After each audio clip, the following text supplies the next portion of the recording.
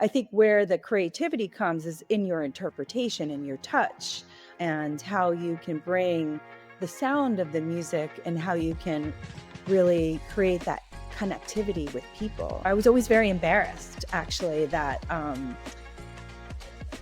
we were so different, and I didn't appreciate that growing up. It's important that they know why they're doing what they're doing. You want them using their minds, their own thoughts, and hopefully that's going to encourage the right kind of conversation in the room. The method by which you obtain that information, that hard work, that critical thinking, that going to the books and figuring it out on your own, perhaps those skills are missing. A friend of mine from high school who recently said to me that I loved going to your house. And I was like, really? She's like, yeah, you guys had the best food always there. And, you had ham from the Polish store, and you just had all these delicacies that I never had in my home. And I didn't really appreciate that somebody from the outside saw that as like a really impactful or a different experience, and that was good.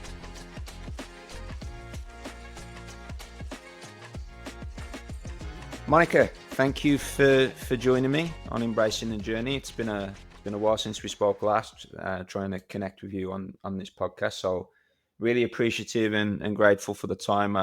Just looking through your resume this morning, you've taken a lot of hats, a lot of roles, a lot of big executive roles, and dealing with a lot of people. So I know you're very busy working on a new company right now, a new project right now. So I really appreciate the time that you're giving me. And with that said, can you just tell me a little bit about kind of where you are now in terms of the work that you're currently doing, and kind of what organizations you're involved in, and what that looks like on your day to day? Well, right now I'm actually in the process of launching a new product. This is an idea that grew out of a couple of conversations with some former colleagues of mine, and really in response to what was going on in the job market, in particular with LinkedIn and sort of the dissatisfaction of LinkedIn, and mostly trying to think about how, what would be some better methods to looking for work, or what are some of those things that people really value in their experience when um, doing that hunt, or vice versa, how recruiters think about it. So I've been doing a bunch of research, talking to recruiters, talking to candidates who are aggressively looking, to those that are sort of, I guess, passively looking, as one might say. And so this product kind of grew out of that, um, those conversations, and ultimately hoping to launch this month. In fact, we're going to do a soft launch this week with really just some testers to give us some early feedback, and get this out the door. So it's exciting. It's new for me to be in the 0 to 1 space, because typically my roles have been in the more of a scaling function, where I've come into startups where they're either in series B, C, or D, and they're really looking for maturity and discipline, and that's really my wheelhouse. Okay. So doing the 0 to 1 is definitely new, and I've had to really force myself to not think through the entire product and all of the components that I need to solve for, because otherwise it probably would never get launched. So Right. that's like a retraining for me, or at least a new way of thinking. Okay. It has been good, challenging for me to let go of some of that perfection, but it feels good and nerve wracking at the same time. Does that feel reinvigorating to have to look at problem in a slightly different way? You'll have to excuse my ignorance on the terminology. I'm assuming 0 to 1 is startup based, right? I'm not in Yeah. that business sector, so you'll have to educate me. Yes, yes. I'm sorry. I use some of the lingo. The 0 to 1, it really infers like inception to, in that startup phase where you've got an early idea that you really have to start from scratch. You've got nothing. And the idea is that you want to put something out there quickly. So we call that the MVP, which is the minimal viable product. And so that minimal viable product doesn't have to cover everything that you intend to do in the future. It's really just about getting those early learnings, that early feedback, so that you can go back and iterate and continue to develop as you go. So that's what 0 to 1 in my mind references, whereas the 1 to 2 are sort of more to later stage startups where they already have funding, they probably already have a clear market fit. They're now at that growth stage where they need to really create more discipline in their processes or systems that they have in place. So that's the distinction that I make between those two categories. Okay. And you're used to kind of global organizations and bigger organizations where does the bigger picture feel more important than kind of the processes to get up to that point in the past? Is that the difference? I think, my experience is varied, right? I started, early in my career. I started with NASA, which is very different kind of organization where I ended up. That was very early days where I really didn't know what I was doing, perhaps, but was brought in to help with the video teleconferencing center. And it was a junior role, but lots of great exposure to really smart people, and seeing how they worked really gave me some early learnings into what my potential career path could look like. And from there, I went to work for bigger organizations like PBS and, Washington Post. .com. At the time, we were called Washington Post Newsweek Interactive. And so in that sense, those were larger organizations. And then, MTV Networks, also large. But I've had stints in startups along the way. So I've, gone from the large to the small. But I would say I never was in a 0 to 1 stage company where it was an emerging idea, something that we had to build from scratch, where we had nothing in place. So that is a very new experience. Okay. Now, I'm not an avid LinkedIn user, but just out of curiosity, what is it about LinkedIn that, or other job database programs that maybe weren't functioning that led to this startup idea? Was it just trying to identify people and what their needs are, and then trying to build something that suits people? I'm just curious. Not that it's hugely important for the conversation, but No, no, no. I think it's probably a number of things. One was, as a user of LinkedIn, it feels perhaps a little bit more performative these days. There's a lot of content on there. People are posting all sorts of articles, and the idea is to really be able to get noticed by writing those articles. Most of the articles seem to be written by AI, so that feels not genuine. The content feels kind of bland, like there's just a lot of the same stuff all over the place. So it's not necessarily thought provoking, where you're like, oh, that's a really interesting idea. I hadn't thought of that before.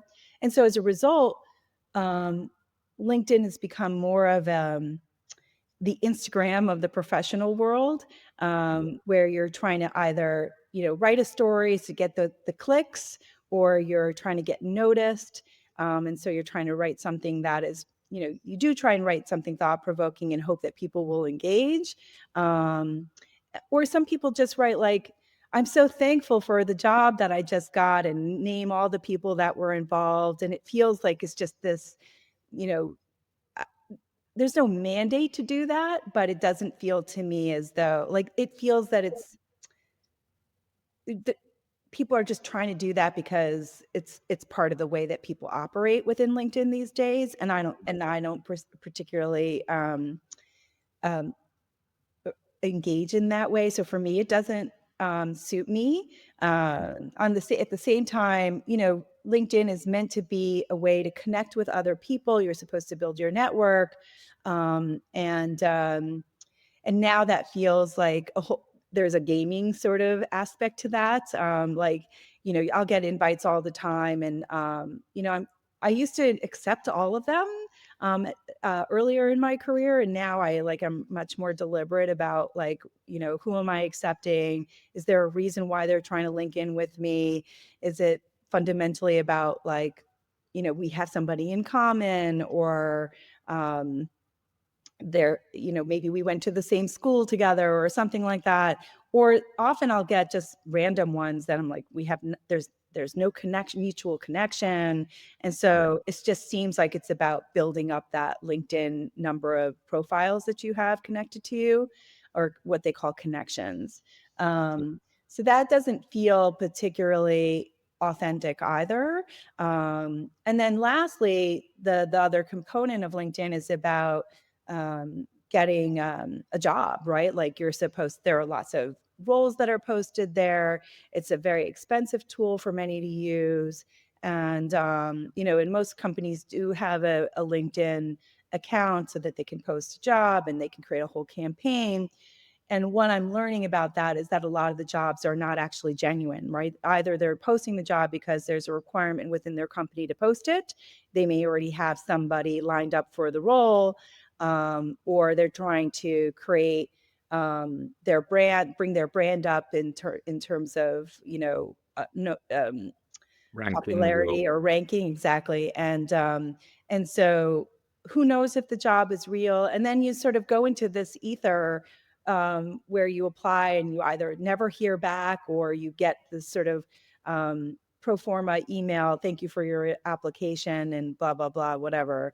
yeah. So it it doesn't feel like it's really moving the needle, which is where I feel LinkedIn started off in the beginning, when they first launched. So the product But that, it's a yeah, lot of the social world, right? It was all designed for connectivity and authenticity and showing yourself. And it seems that a lot of those platforms have gone away from that genuine connection to, I've talked about it a million times, even on this podcast with people, about likes, follows, clicks.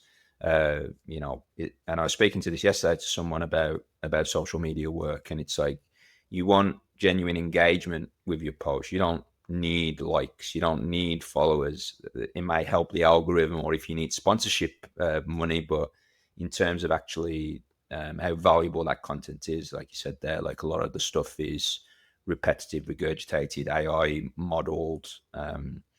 So yeah, I feel the same way in terms of there's a lack of connectivity. So I start to move away from those tools because I feel like it's not helping me. So yeah, yeah, yeah, that's for sure.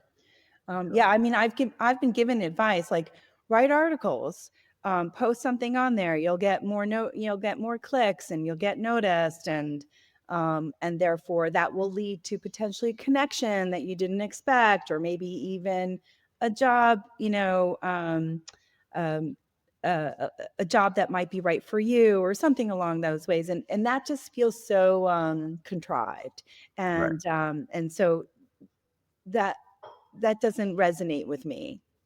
okay. So, and the reason I asked that question, I'm glad we started there, because I always feel like when we kind of talk about these, the podcast is about people's stories, right? So how you kind of get to where you are, but it's always interesting to where you are now and the journey that you've been on, as to kind of where you end up, and why you ended up, is, I think, is the most important thing. So I think we'll come back to is it Stealth AI that your current project is, that you're working on? Is that the right name for Yes. it? I Yeah. I haven't published the name of the company yet, so I'm going to keep that to myself for Leave that now. to yourself. So, but soon, but soon. We'll we'll circle back to that, I'm sure, towards the end of the episode, the conversation. So, I just wanted to kind of see, based on when you were growing up, through obviously your early professional college and into that. I mean, you went to, um, was it John Hopkins University that you studied at? Got your master? Was it your masters there, John Hopkins, and a Yes. variety of other qualifications and experience you got? Has your definition of success or fulfillment changed from those early days in high school and college to now, I think we kind of got a little bit of an insight that it may have changed in a way in terms of fulfillment. But can you tell me a little bit about what your definition of success and fulfillment was then to today? Yeah. I think, I really wasn't too focused on success in the early stages. It was really mostly about um, getting a job, earning an income, and, really being on my own, independent, without relying on my parents for support. I mean, they were always very supportive of me, emotionally, and as a sort of a, um, as they were, always able to ring them up whenever I needed to, or we had a very close relationship. But I would say that, at the beginning, it was mostly just about figuring it out, and there wasn't really a clear plan, perhaps. I had an idea of what I wanted to do when I first left college, um, and I definitely followed that plan. Like, I guess it all started with that I really wanted to be in video editing. Was actually what my dream job was. I was a big film buff, took a lot of courses in screen studies. I had an internship in my senior year where I was doing sort of, industrials in the sort of film world, I suppose. I, I don't know if that's necessarily called the film world, but in my mind, that's what it was, the start. And at the time I was moving to Washington, D.C., I had this location I wanted to be in. And I remember getting this book of all the production companies in the Washington, D.C. area, and wrote probably to every single one of them saying, would you hire me? And my first job ended up at I wouldn't call them a video editing company. They were more like an audio editing company where they took what you would call like training videos, and they would translate them into different languages.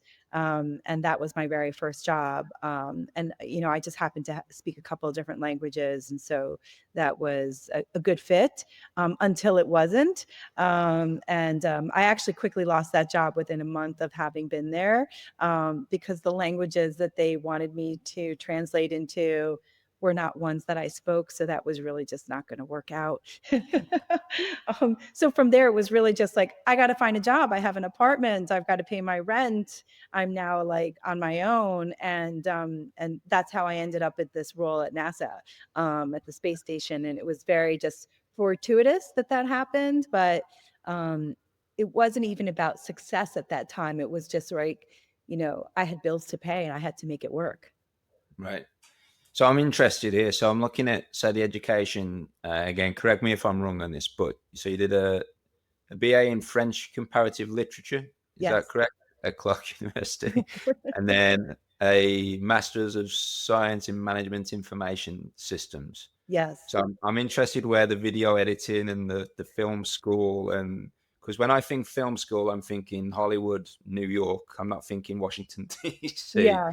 Well, there So was a personal reason for wanting to be in DC, which we okay, don't have to go into, but that was the reason why I chose that okay, location. Whether it was the right location or not, perhaps. If I were to do it differently, I probably wouldn't have gone down there, right, and would have stuck to New York.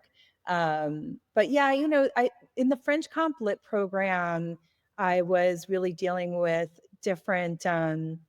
Literature, different mediums of content, whether it was video or film, and so I guess that's where my interest in that space really evolved. okay, In particular, I was very interested in the French side of things, so I had studied abroad in France, and all of the literature I was reading was in French. So that was really the reason for um, that major, as well as the reason for sort of looking at film, because I was also very hung up on French films. um, so I probably should have gone to France. And when did that all start in high school then? That curiosity with film and foreign movies and kind of French movie theatre in general, was that a high school passion? Did you go drama and do stage stuff at school, or was it all behind the scenes? No, I never did any drama stuff. Actually, that was definitely not my forte. But I had had this family friend who used to take me to movies all the time, and so I really became enamored with film. I also started taking French lessons very early. My mom was a musician; she's a piano teacher, and there was a woman in our building who was a French teacher, and there was this um, arrangement that I would take French lessons from her and her children would take piano lessons from my mom. So it was this sort of barter exchange. But there was, I guess my dad was a bit of a Francophile. And so perhaps that's where the interest in French and French literature came from. Um, and I can't say that I don't recall that it was so prominent in high school, but it was definitely prominent in college for sure. I mean, I always took French like in high school, and so it was always a language in the background. Um, and then, um, but that's as far as it went. I really didn't like the performance side of things. I think that I played piano for many years. My mom was my teacher, and then I studied with a teacher at Juilliard pre-college. And I was meant to be a musician, but I really didn't like the performance side of things. I was always would always get very nervous, and I just that that was not going to be my destiny. Right. You say that you're meant to be a musician. Why do you say meant to be a musician? Is that because of your mom's influence, or her expectations, or your expectations? Where's that phrase come from? Oh, certainly not my expectations. It was definitely my mother's, and maybe even my father's for that matter. I was named after a musician. My whole life was surrounded by classical music, and my parents had a deep love for the arts. So I probably went to my first opera at the age of 4. So it was a big presence in my life. And not just art in the terms of music, but even art as in paintings. And my parents were always very encouraging of me finding a creative outlet. And I appreciate that. But in the end, that was definitely um, not my path. Don't forget to like and subscribe to help us bring these stories to more individuals. And what was your mom? Was your mom a musician? Obviously, you say piano teacher, but was she a musician before she started teaching, or what was your mom's? Because you're Polish background, right? Yeah, both Heritage. my parents are Polish. My mom, studied at the conservatory in Warsaw, and she came here and really um, she went to Juilliard for many years and really deepened her knowledge of music theory, music pedagogy, just and also piano performance. She also hated performing, or maybe she loved it, but she always would get very nervous. So that was not going to be her path. But she was a composer. She had many students over the years. It was definitely a presence in my life ever since I can remember. So, And your dad, what do you say that your dad did? yeah, my dad was a psychiatrist. He came to the United States as a doctor and a specialty in internal medicine. And after he decided to stay in the U.S., he changed his specialty to psychiatry. And so growing up, he was a psychiatrist. He worked in many hospitals throughout the New York area. His specialty was geriatric psychiatry, but then he also had a private practice at home. And he was Polish as well, right? So both your parents were born in Poland and then moved to the US. When did Yeah. they move to the US? My dad, my dad came in 67 and my mom came in 68. She followed him the year after. Okay. He had meant to go back, but his mom said, "Don't come back because, my father was Jewish, and so there was the upheaval at that time, and so if you were, many Jews were leaving the area at that time as well. So, Okay. so he stayed here, and my mom followed." Where you spoke a little bit about your mom's maybe fear or hesitation to perform music, even though I'm assuming she can play pretty well when you instructing, and you talked about that as well. I think I've seen many movies about kind of stage fright and those kind of things. Do you have any insight as to where that comes from? I wondered if your dad is a psychiatrist ever helped with that stage fright or figured out if you're talented enough to perform where that disconnect to perform comes from? Was it a fear factor of a mistake that was going to be made, or just a lack of confidence, or I don't know. I'm curious how the brain operates sometimes as to why things like that would happen. You know, I, it's hard to say because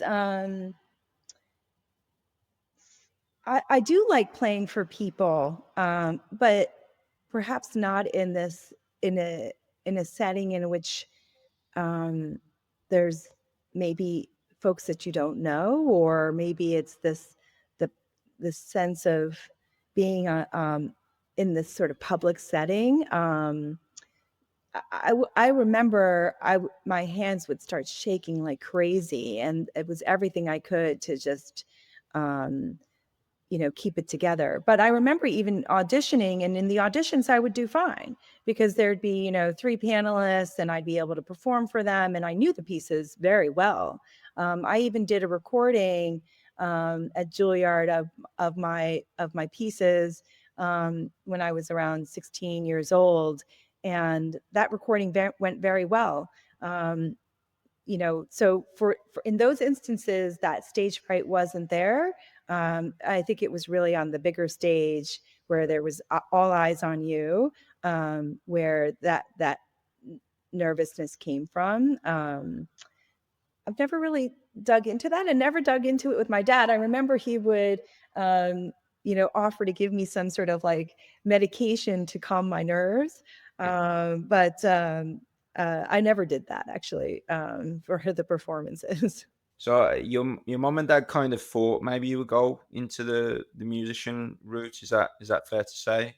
Oh, I mean, I think it was definitely my mom's hope. There was a period there where I was practicing many hours a day and auditioning for lots of different competitions, and I think she thought I would go down that route, but I really resisted that. I was very social. I wanted to have friends. I wanted to have a life, and being a musician, in many ways, doesn't coincide with that well. So that I mean that was the big thing, right? The discipline, the regiment to learn to get to that level. You didn't find any joy in that process. Do you remember when you made that decision, or even maybe had that? Did you have to have that conversation with your mom and dad that this is not what you wanted to do? No, we never had that conversation really overtly, or at least not that I can recall. Um, I mean, I guess it started because of the schools I was applying to for college, and none of them were music schools. So it became pretty obvious that I wasn't going to do it.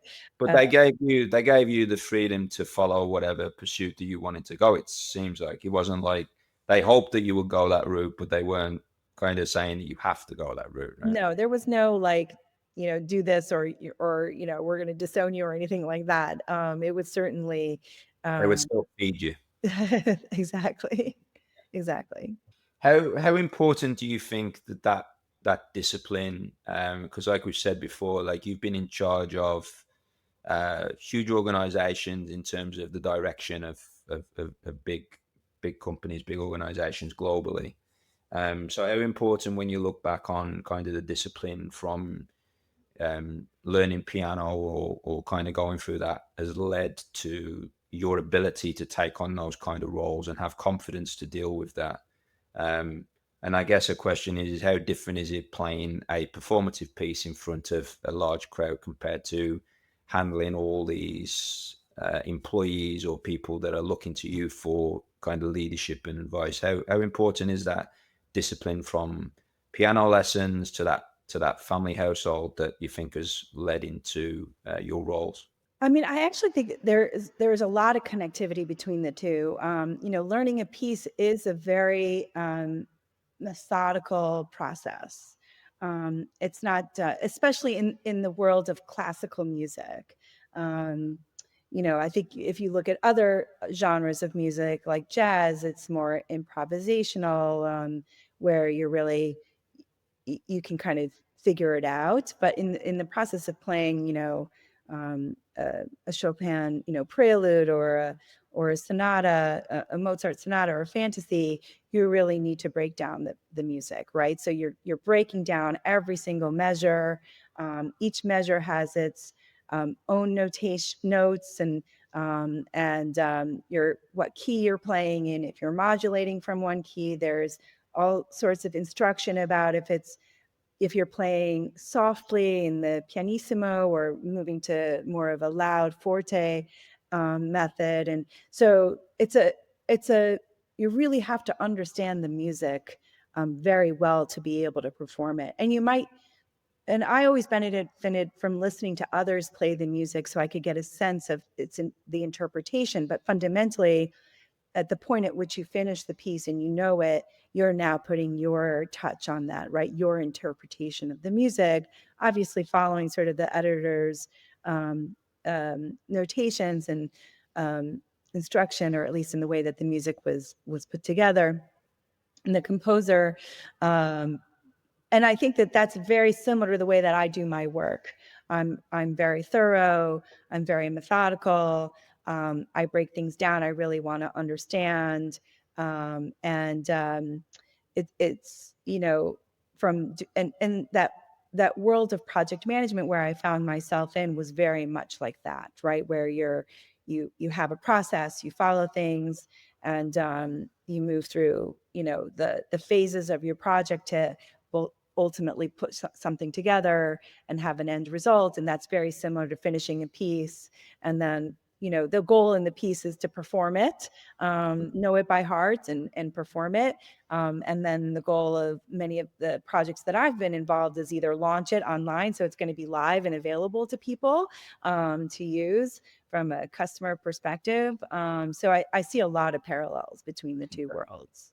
Yeah, it's interesting. I did another episode with a family friend who's now a DJ, and he's at a school, a music school in Florida. And he always hated the rules in terms of the music, the strict. I don't know. I'm not a musician, but the strict rules for music. And he always used to get. He told me that he used to get yelled at by the teachers to a degree because he kept breaking the rules because he didn't want to play it to, he wanted to be that creative soul and play with it the way that he wanted to play with it. Not that it sounded bad when he changed it; it's just his unique stance. So, was your mom very rigid on the rules in terms of how you played? Was that something, I say, in your work right now, very maybe rigid in that process to understand it thoroughly at each step, so you have that knowledge base? Is there any comparison there in terms of the creativity, following the rules from those lessons to your work? Well, there are some fundamental rules, right? Like if you're playing a piece that has a 4/4 rhythm, you've got to play it in a 4/4 rhythm. That you're not going to do it something else. You're not going to do something else. Like you're not going to Right. fundamentally change the nature of what was written. Otherwise, you're not playing the piece as it was intended to be heard. I think where the creativity comes is in your interpretation and your touch, and how you can bring the sound of the music and how you can really create that connectivity with people, right? Music is a very emotional experience. And so I always felt, even though there was a process and there was a method and there were rules of the road, if you will, at the end of the day, it was in the way in which you played it that touched the people around you and their own emotional connection to your performance. I listen to classical music today, and I'm still touched, and it is very creative, but there were rules behind that, and so in the way of which I think about my work, I wouldn't say I'm very rigid, but I am disciplined, and Right. I do want to. Maybe I'm a bit of a perfectionist. I tend to like to cross my T's, dot my I's, um, and um, and bring it to the highest level possible. Right. I have a very high bar for myself, um, and um, and I expect that from my teams that I work with. But I also do it in a way in which others want to achieve that high bar as well. Right. It's not like do it or there's the highway. It's really that I think people want to come along. They want to reach that high bar because they're looking for that approval. They're looking for that satisfaction that they've reached that goal. Again, a lot of parallels to the music when you reach a goal and you perform it and you feel good about it. It's very similar to the way that I approach my work. Catch up on all the latest episodes of Embracing the Journey at www.phasemindset.org on Spotify, Apple, and Podbean. So in terms of you setting that high bar for yourself, in terms of leading people, what do you think is the key maybe to your leadership style that allows you to set these very, very high standards for yourself and for others, but allows them kind of um, the desire to kind of follow you? What would be the key to that leadership style, do you think, that you've learned? It's hard to say what it's the one thing or the key. I think my leadership will change at different moments depending on the situation and what's really required. So I'm pretty adaptive. I'd also say that, but I lead with empathy. I really try and get to know the people that I work with, what motivates them, their backgrounds, their cultures. It's all good information in the way in which I determine how I'm going to communicate, and truly understand how to create alignment and get teams of different, backgrounds working together. So I have found that um, I lead with empathy, but I'm also I'm a very clear thinker. In many ways, I'm a linear thinker and a clear thinker, and it's important to me that my teams that I've worked with understand the goal, understand the strategic context, because it's important that they know why they're doing what they're doing, and not just the what. You want them using their minds, their own thoughts, and hopefully that's going to encourage the right kind of conversation in the room. So those are the things that at least I espouse to. Yeah. How do you think the current generational workforce is at dealing with the why about things, or that kind of understanding all the things behind it? Because in the world of everything instant gratification and instant knowledge, has there been any change there in terms of when you first started leading these organizations to where you are now, or what the environment you just left? Have you seen any change in that? Um, I would say that obviously there's a lot of studies out there about this instant gratification generation, and that I recently read an article where they were talking about um, that everybody can just use Google to do the search, and so we've become great searchers for information. But perhaps and so there's some curiosity, obviously, about understanding or getting that information, but the method by which you obtain that information, that hard work, that critical thinking, that going to the books and figuring it out on your own, perhaps those skills are missing, or we're seeing more of that. But at the same time, um, I'll talk about my daughter for a second. Annika, she's as curious as can be. I think she's actually been born in the wrong generation. She should have been born in probably my generation, because she's always like, why don't we have these things that you had anymore? I always have to explain, like the telephone and like Yeah. the dial phone.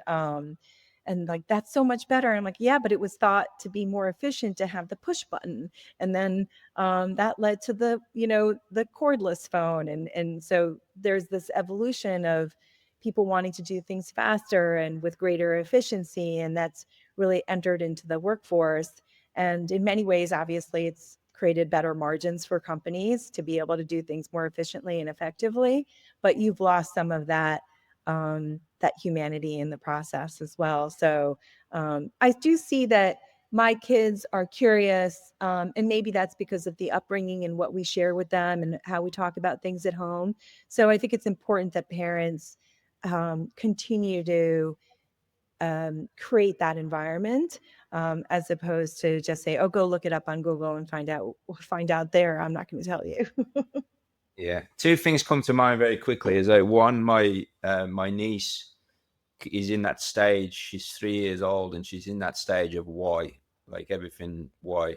And I've just realised as you're speaking that the adults in the room are like, "Oh, well, because it is," right? So it's like after the 12th why or the 13th why, it's like because it is, and stop asking why. But actually, in hindsight, it's probably good to Yeah. develop to humor that why and try and come up with different ways. So that just come into my mind. But the other part about kind of your empathetic nature, and you talked a lot about that, about finding out about people and the culture, the curiosity. How much of that do you think ties into? I mean, there's obviously a link there with your cultural upbringing, being from a Polish American family in, say, New York, and I'm assuming there's some differences there growing up that maybe you weren't the same as maybe the other kids in the area.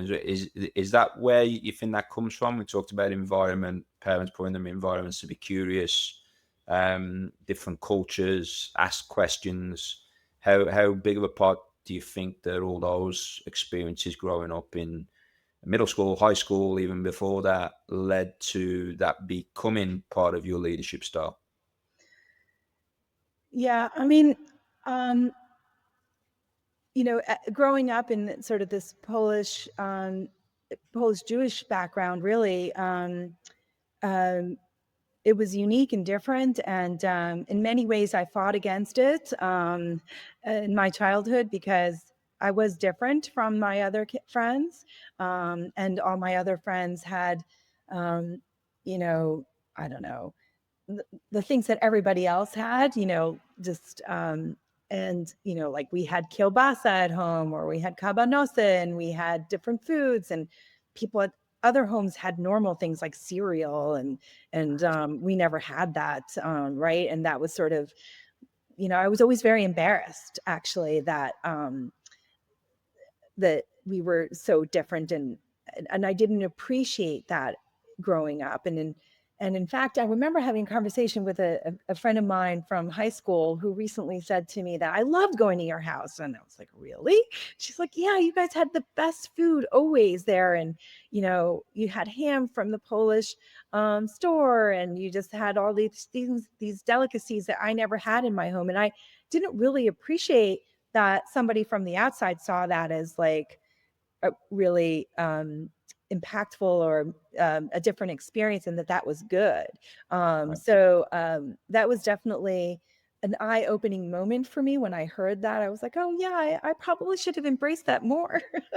But I didn't at the time, because you're sort of programmed early on that kids all need to be the same. You all need to be wearing Gloria Vanderbilt jeans, and so I had to have those too. And that's how we're programmed, is to really want to be the same as your others, and that if you're different, that then that can cause its own problems in some way.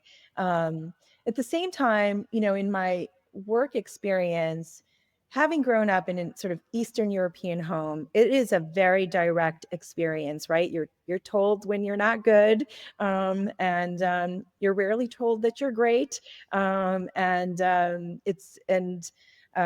language of choice is maybe to some might seem rude or perhaps too direct. So I'm very familiar with that language at home. And so when I was starting to work with a lot of Belarusian engineers, our language was very similar. We could get along. Like there was just this natural way of communicating. And so I felt like I really understood that culture because of my own upbringing. Um, and we're, you know, those cultures are, I'm not saying others are not, but in particular, those cultures are very hardworking. They want to achieve success in a way in which perhaps is different about, it's not about monetary success, but it's about like, I'm thought as the best. Right. And so that is very important, that reputation. And I think I've definitely carried that with me. My reputation is very important to me. Yeah, it's an interesting parallel between being programmed to be the same when you're growing up as to maybe clothing or something. It's somewhat similar these days, right, with social media that you see these things and you're trying to. I mean, I guess there's a consistent there with fashion magazines in the 80s and 90s when I was growing up. Yep. It's similar. It's just not you can't get through as many magazines or articles as you can with posts and and reels and such today. Um, I think you kind of answered that question about why you were kind of fighting against it. Is it that you just didn't want to be different, or you didn't feel? Because you said you were very social as well at Oh, one that is point. true. I mean, I was. My dad was a very social person. He had a lot of friends. Um, and so perhaps some of that social tendencies rubbed Right. off on me. And I always had a lot of friends. It was very social, um, despite perhaps some of the things that we've just talked about wanting to be the same or um, being embarrassed of my background. Um, I don't know that it got in my way. Like it never got in my way, right? Like Yeah. it wasn't some big obstacle that I had to overcome. Yeah, it's just like little small things that kind of all kind of built together to create kind of things that you're working on today. So no, I'm just always interested in finding those links between the environment that we're in, the experiences that we have, how that shapes because it is all interlinked in a way. It has to be, right, in terms of all those different factors. Um, but yeah, it's interesting that I'm assuming your friends at the time maybe didn't say how great the Polish food was back then. You only just learned that recently, right? Yeah, no, I only really learned that recently. I don't recall hearing that as a child or as somebody in lower or middle school. But maybe it was there was sort of this attraction. Um, at that time to me because of those things, but who knows? I never really dug into it. In terms of the current change that you've made, so you left the last company in March, I think you said, for this startup. Um, has this shift changed anything that you think about leadership or risk, or is it just a continuing evolution? I know we talked about the different mentality from the bigger picture with the bigger companies to the startup. Um, is there anything changed in your the way that you deal with people in this environment compared to maybe those more global companies? I would say no. I think actually I'm pretty consistent. As far as the way that I'm approaching my work right now and how I was approaching it previously. I think as my career evolves, I'm perhaps more eager to find joy in my work than I am about necessarily the next title or the next, that I've got to be at the top of my game or, just what these sort of traditional career paths might look like. I think coming away from my last role, it was it was a very challenging role, and one that I really look back on with pride. But it was tremendous amount of work, and both emotionally as well as just from the perspective of the kind of work and challenges we were dealing with. And so having this break has been good, and trying to just do things at my own time with a smaller group of people and thinking about my future.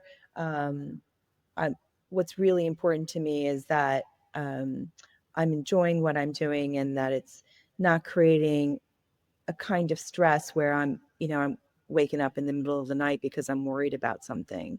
And so that's kind of what I'm hoping for in the next, whatever I do next. Yeah, and I'm assuming that's why you've made that change, right? Obviously, the opportunity to do something different was probably invigorating to you to find that joy that you talk about. But was it the burnout and the stress and the pressure that ultimately led to that decision to change, or was it just kind of this opportunity came up and it was one that you wanted to see where that would take you? No, actually, I think, my leaving my last role was, the timing was right for me to move on. We brought in a new CEO, and there were going to be some changes in the organization, and it made sense for me um, to leave. And so, this opportunity to come together with a couple of my former colleagues really came out of the fact that we really enjoyed each other, and we liked working together, and we felt like, oh, we've got some time here where we can think about some of the challenges in the workplace and how to solve some of those challenges. And so what's been nice is that I'm thinking about one major challenge, right? I'm not doing multiple things all at the same time. And I'm really able to give it to devote good thinking to it. And that's been very refreshing. So I enjoy that. I'm enjoying that experience right now. And what have you taken from the last experiences into this new role now that you think is important to carry through? I mean, I know we've talked about a lot about kind of the structure, the processes, the leadership styles. Is there one specific thing that you think you learned from your past decades of experience leading these corporations into the startup company? Well, certainly I'm feeling much more relaxed. So that's good, because there's nobody saying to me, you got to get it done by then, right, by a certain time. It's myself doing the push. Mhm. So in some ways, that's a different kind of feeling. And at the same time, um, as I said at the start of the conversation, I'm really in uncomfortable territory because I've never done the 0 to 1 where I'm building something from scratch. And so I'm constantly fighting this like desire to like, oh, I got to get this right, or I've got to figure out these next workflows in the system that we're building. And so I'm really fighting myself from having to do those things, and just get the product out the door. That feels uncomfortable, but at the same time, I need to go through that experience for me to feel like um, I've actually check the box in that, like, I've been able to do it. Right. And I know what it takes to do that. And so I think it's good, not to be in your comfort zone all the time.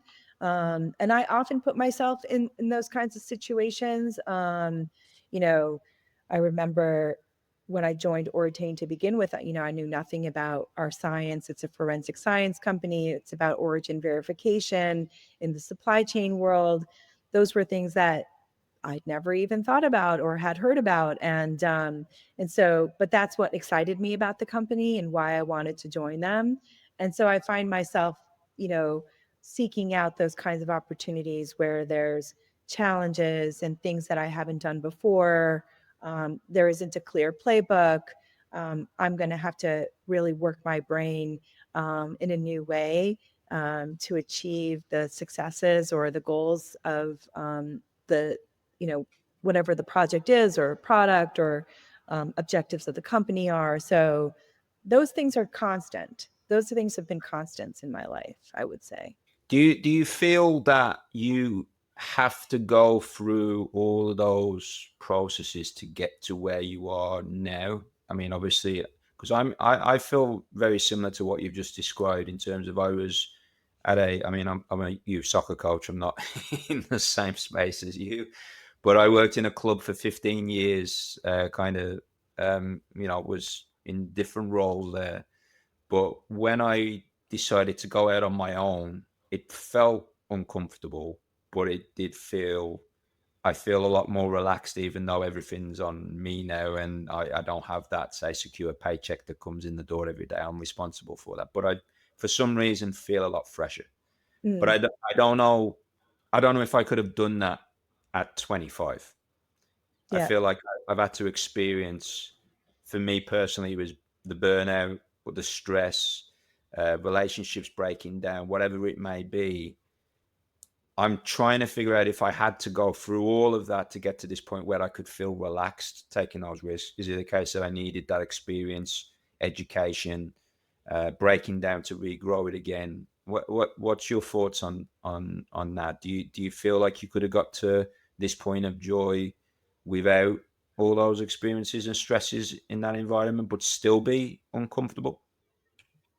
I want to say that, I mean, obviously every individual is different, and how they're made up is, you know, is you individual to themselves, or that makeup is different. For me, yes, I think I had to go through the various experiences to get to where I am now. I don't know that I could have started off in this space today where I'm off on my own and felt relaxed about it. um, I definitely couldn't. I wouldn't have known how. I wouldn't have had the skills. I needed to, I had a lot of early mentors in my life who really took me under their wings, that really taught me, or took the time to show me, and really believed in me.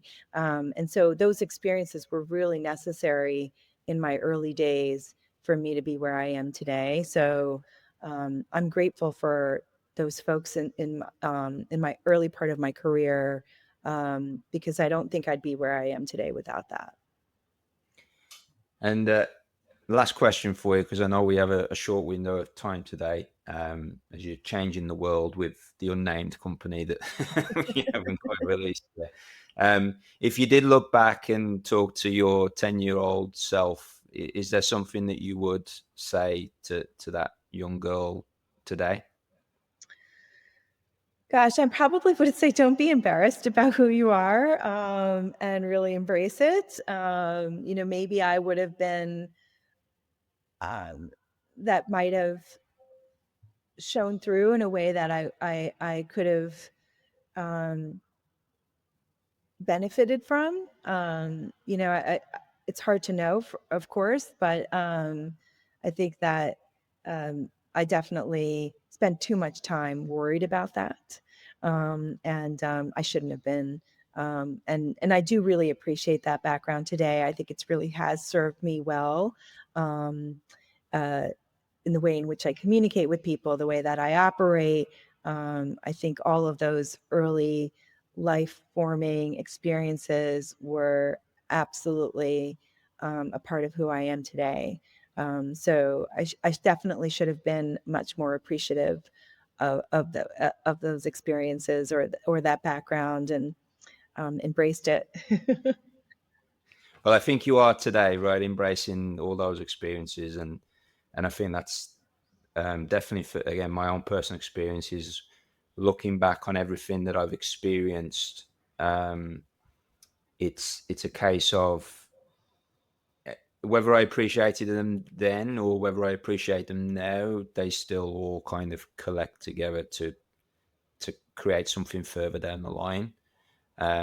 So I'm trying to get to that point where hopefully I can help, or we can help people understand that everything that they're going through leads to somewhere, Yep. um, and to make the most of those opportunities and not maybe get embarrassed or stress about them at the moment. Although that's the natural process that we go through, right, as people. But hopefully those kind of lessons come through in this conversation. And I really appreciate your time. I know you're extremely busy, and it's taken us a little while to get this set up, but thank you very much. And it's been a pleasure to connect with you and learn a little bit about your story, and hopefully the questions weren't too challenging for you. So No, I really appreciate the opportunity and the chance to talk about my story. Hopefully it resonates with some people, or at least makes them some folks think about their own backgrounds and how it sort of shows up later on in your life. So it's great to talk about, and appreciate you giving me the platform to do that. Don't forget to like and subscribe to help us bring these stories to more individuals.